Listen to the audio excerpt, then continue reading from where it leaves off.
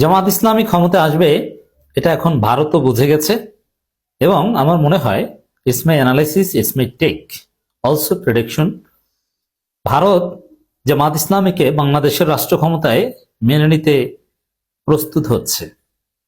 ভারত এখন অ্যানালাইসিস করছে, তাদের থিঙ্ক ট্যাঙ্ক এ বিষয়ে পলিসি প্রণয়ন করছে যে বাংলাদেশে জামাত ইসলামী ক্ষমতায় আসলে, যেহেতু জনগণ এখন জামাতকে ক্ষমতায় চায়, বাংলাদেশে জামাত জোয়ার।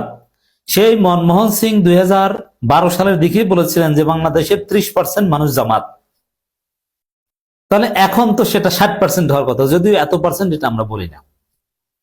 তো ভারতের দৃঢ় বিশ্বাস যে যতই নাটকীয়তা ঘটাক, চেষ্টা যাই করুক, ঘুরে ফিরে 5 আগস্ট পরবর্তী বাংলাদেশে জনগণের সুষ্ঠু ভোটে জামাত ইসলামী ক্ষমতা আসবে, ইটস রিয়ালিটি।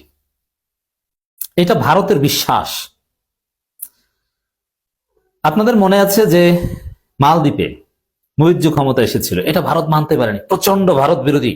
বাংলাদেশে যেরকম জামাতকে সহ্য করতে পারে না ভারত, এই সেই নানান কথাবার্তা বলে, ভারতের স্থিতিশীলতার জন্য, আঞ্চলিক অখণ্ডতার জন্য হুমকি, উল্টাপাল্টা কথা বলে, এগুলো জামাতের বিরুদ্ধে অপপ্রচার।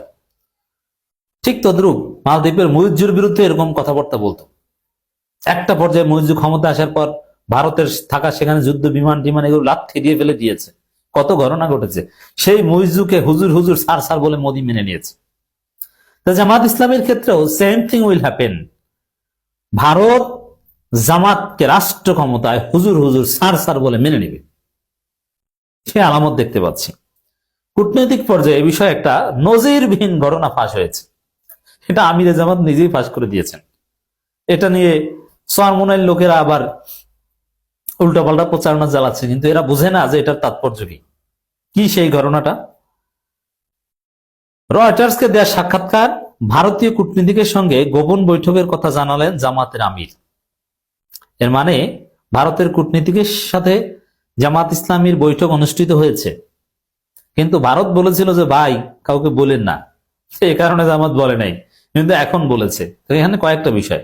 প্রথম কথা হচ্ছে বৈঠক কেন হয়েছিল, নাম্বার 1, কিভাবে হয়েছিল এবং গোপন রাখতে কেন বলা হয়েছিল, জামাত বা কেন গোপন রেখেছিল, আর গোপন রাখলে এখন কি সেই গোপন রাখার সময় শেষ? ভারত কি বলেছিল যে একটা পর্যায়ে বা এবছরের শুরুতে বৈঠক করলাম, বছরের শেষের দিকে আপনি বলে দিন? না, জামাত বা কেন এটা প্রকাশ করলো, সবগুলো অত্যন্ত তাৎপর্যপূর্ণ।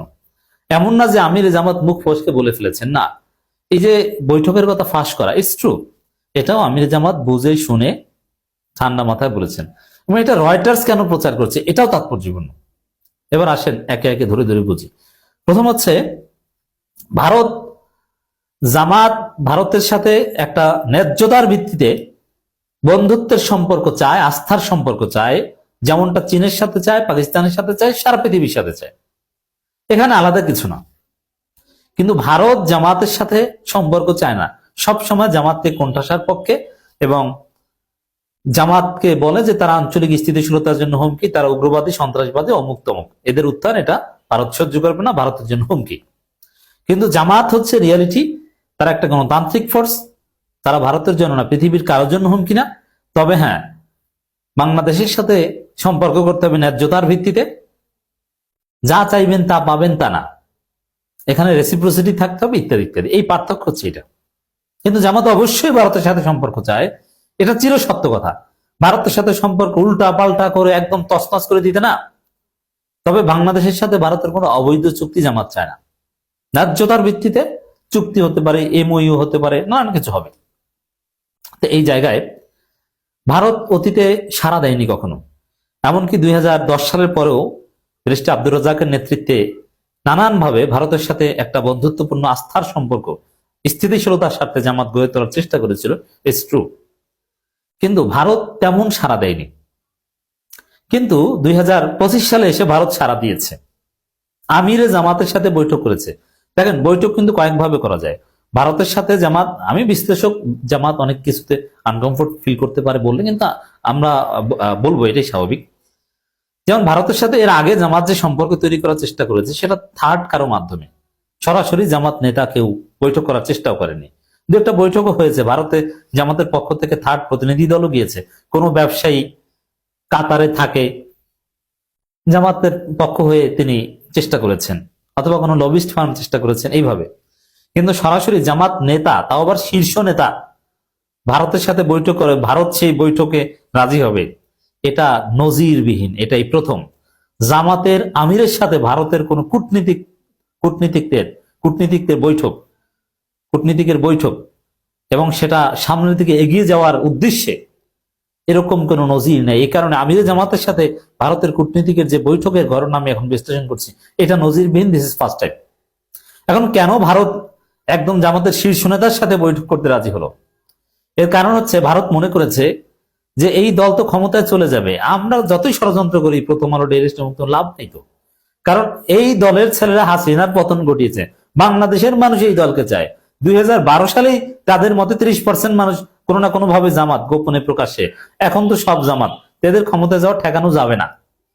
ভারতের থিঙ্ক ট্যাঙ্ক আছে তারা তো এই যে বাংলাদেশের জনমত, এটা তারা দেখে, তো তারা সোশ্যাল মিডিয়া অবজার্ভ করে এবং রিয়াল জরিপ তারা জানে।